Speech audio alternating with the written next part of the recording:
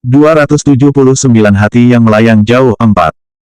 Gu Qingqing tahu kelakuannya waktu tidur tidak bagus. Sebelumnya juga seperti itu seperti terakhir kali mereka menginap di rumah tua keluarga Leng.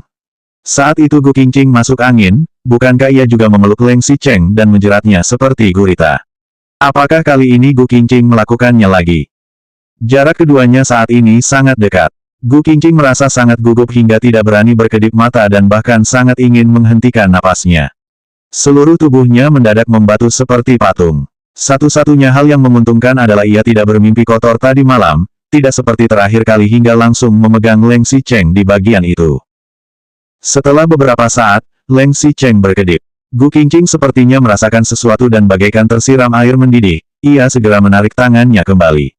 Tidak peduli Gu Qingqing memeluk Leng Xicheng karena masuk angin sebelumnya dan akhirnya ditertawakan oleh Leng Xicheng dengan dingin, atau ketika ia bermimpi kotor di rumah tua dan didorong Leng Xicheng ke tempat tidur, sudah jelas, itu bukan pengalaman yang baik. Maaf, kelakuanku waktu tidur tidak bagus. Aku tidak sengaja, kata Gu Qingqing. Ia segera mundur, bersembunyi ke samping, dan bahkan bangun dari tempat tidur dengan panik. Gu Qingqing melihat Leng Xicheng membuka matanya. Awalnya, pria itu masih terlihat kebingungan karena baru saja dibangunkan. Tetapi, mata Leng Xicheng menjadi semakin dingin dengan cepat dan tatapannya menjadi semakin tajam. Hanya dengan melihat sekilas, Gu Qingqing sudah tahu bahwa pria itu sangat marah. Gu Qingqing kemudian memeluk Leng Xicheng lagi. Apalagi, cahaya tajam di mata Leng Xicheng terlihat seperti pedang yang sangat ingin menusuk Gu Qingqing saat pria itu melihatnya mundur hingga bangun dari tempat tidur. Teng, teng, teng, teng, teng. Jam emas di ruangan itu tiba-tiba berdentang 5 kali. Setelah beberapa detik, Leng Xicheng berbalik dan turun dari tempat tidur. Ia langsung berjalan masuk ke kamar mandi. Dengan cepat, terdengar suara orang mandi dari kamar mandi. Gu Qingqing menghela napas lega. Ia hanya tidur kurang dari 6 jam, tetapi ia tidak bisa tidur lagi. Tidak ada apapun yang bisa dilakukannya juga. Gu Qingqing pun membersihkan ruangan sebentar. Karena Leng Xicheng hendak pergi begitu pagi, setidaknya pria itu harus makan dulu sampai kenyang sebelum berangkat. Begitu Gu Qingqing turun ke lantai bawah, sudah ada seseorang yang datang dan menekan bel pintu. Gu Qingqing membuka pintu dan melihat bahwa itu adalah Sekretaris Cheng. Sekretaris Cheng masuk dan saat melihat Gu Qingqing, ia segera bertanya, "Di mana Tuan Leng?" "Sudah bangun." Sekretaris Cheng mengangguk dan segera berkata, "Ada sesuatu yang ingin saya beritahukan kepada Tuan Leng." Gu Qingqing mengangguk. Sekretaris Cheng segera naik ke lantai atas, sementara Gu Qingqing berjalan ke dapur. Ternyata pembantu benar-benar telah merebus sepanci sup ayam dengan sedikit nasi. Gu Qingqing pun menyiapkan nasi dan sup ayam, lalu bersiap memanggil Leng Xicheng untuk turun dan sarapan. Gu Qingqing mengenakan sandal dan melangkah dengan sangat lembut. Begitu ia berjalan sampai di tikungan, ia langsung mendengar suara Sekretaris Cheng yang agak cemas. Nona Su baru saja kembali ke Tiongkok dan terjadi kecelakaan mobil. Rombongan mereka dibawa ke rumah sakit. "Apa? Di mana? Apakah kondisinya serius?" tanya Leng Xicheng. Leng Xicheng jelas agak cemas. Bisakah ia tidak merasa cemas? Proses syuting iklan akan segera dimulai. Meskipun pilihan kandidat belum dipastikan, hampir bisa dipastikan bahwa nama Su Zipei lah yang akan terpilih.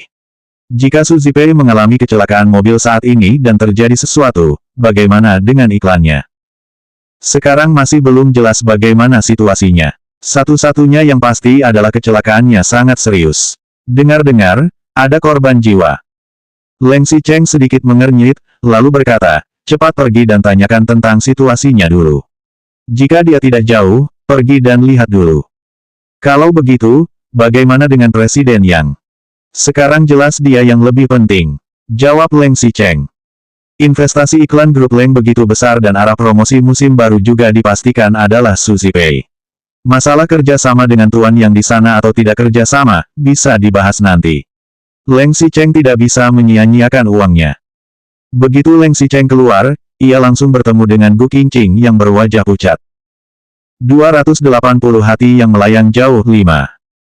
Ternyata apa yang dikatakan Su Zijin itu benar, begitu pikir Gu Qingqing. Leng Xicheng pergi ke Berlin dan bertemu dengan Su Zipei setiap hari.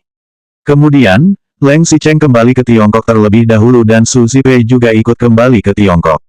Saat Su Zipei mengalami kecelakaan mobil, Leng Xicheng langsung membatalkan pertemuan penting demi pergi menemui Su Zipei. Leng Xicheng benar-benar sangat mencintai Su Zipei. Kalau begitu, mengapa Leng Xicheng begitu buru-buru menemui Gu Qingqing semalam? Begitu sampai di samping pintu, mereka langsung, selain itu, semalam Leng Xicheng masih secara khusus tinggal dan tidur dengannya.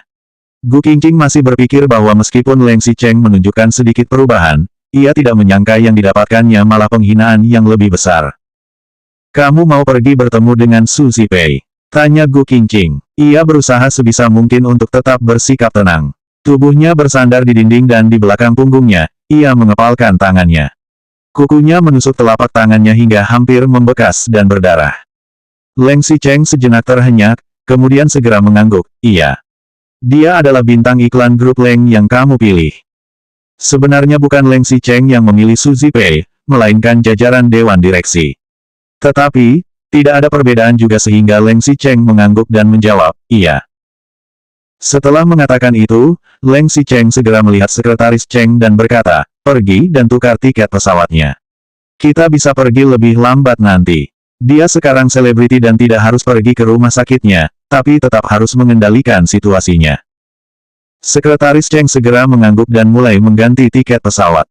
Jika Su Zipei baik-baik saja, ini adalah saat yang tepat untuk melakukan publisitas. Mungkin hal ini bisa membuat iklan baru grup Leng tersebut menarik lebih banyak perhatian. Leng Xicheng berbicara sambil turun ke lantai bawah. Begitu sampai di lantai bawah, ia langsung mencium aroma sup ayam di tempat makan. Ia pun menoleh dan melirik Gu Qingqing. Mungkin Gu Qingqing masih belum bangun karena masih tampak agak linglung. Leng Xicheng sedikit mengernyit dan masih tidak lupa untuk berkata padanya, minumlah sup ayam untuk menutrisi perutmu. Setelah Leng Xicheng berkata begitu, kemudian ia mengambil langkah lebar dan keluar. Gu Qingqing terus memperhatikan mereka berjalan keluar pintu utama dan masuk ke dalam mobil. Setelah mobil menyala dan melaju ke jalan pegunungan, baru Gu Qingqing menarik kembali pandangannya dengan linglung. Leng Xicheng baru saja menyuruh Gu Qingqing untuk meminum sup ayam jelas karena peduli padanya. Begitu kembali, Leng Xicheng langsung tidak sabar untuk berhubungan intim dengannya dan menemaninya tidur semalam.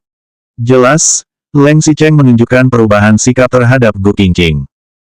Tidak peduli betapa banyak perubahan itu, Leng Xicheng langsung membatalkan segala hal ketika mendengar Su Zipei mengalami kecelakaan dan pergi untuk bertemu dengan Su Zipei. Ini baru namanya cinta, kan? Leng Xicheng hanya simpatik pada Gu Qingqing karena cinta yang sudah akan berakhir. Tercium aroma sup ayam, tetapi Gu Qingqing tidak ada keinginan untuk meminumnya sama sekali. Ia memilih untuk berjalan naik ke lantai 2 dengan linglung. Begitu Gu Qingqing membuka pintu, ia langsung teringat hal-hal yang mereka berdua lakukan di pintu semalam. Jelas Leng Xicheng mencintai Su Zipei, jadi dia menganggapku sebagai pengganti. Pikir Gu Qingqing, sedikit kepedulian Leng Xicheng terhadapnya itu palsu, keinginan terhadap tubuhnya itu juga palsu. Semuanya palsu, kecuali cinta Leng Xicheng kepada Su Zipei yang bahkan masih tidak berubah setelah 3 tahun berlalu. Gu Qingqing tidak bisa tidur, jadi ia pergi ke kamar mandi. Namun, ketika ia baru saja mencuci muka, Gu Qingqing tiba-tiba mendengar suara mesin mobil di lantai bawah. Gu Qingqing langsung berpikir, itu bukan Leng Xicheng, kan? Tidak, tidak mungkin itu Leng Xicheng. Dia segera pergi ke sana untuk bertemu Su Zipei. Bagaimana mungkin dia akan kembali? Bahkan, jika dia benar-benar kembali, mungkin juga hanya karena lupa membawa barang. Bagaimanapun, pasti bukan karena untuk melihatku. Meskipun Gu Qingqing berpikir begitu, ia turun ke lantai bawah dan sangat terkejut karena ia benar-benar melihat Leng Xicheng memasuki pintu. Leng Xicheng tampaknya tidak senang. Baru saja muncul berita bahwa Su Zipei tidak meninggal dan juga tidak terluka parah. Kalau begitu, Leng Xicheng tidak perlu pergi melihatnya. Sementara itu, Leng Xicheng sudah menukar tiket untuk bertemu Tuan Yang. Pesawat akan lepas landas pada pukul 7 dan telah ditunda secara paksa hingga pukul 10. Masih ada waktu 3 jam, tapi Leng Xicheng jelas tidak ingin menghabiskan waktunya di bandara. Masih ada 3 jam, apakah menarik Gu Qingqing pergi untuk tidur sekali lagi? Selanjutnya bab 281 hati yang melayang jauh 6.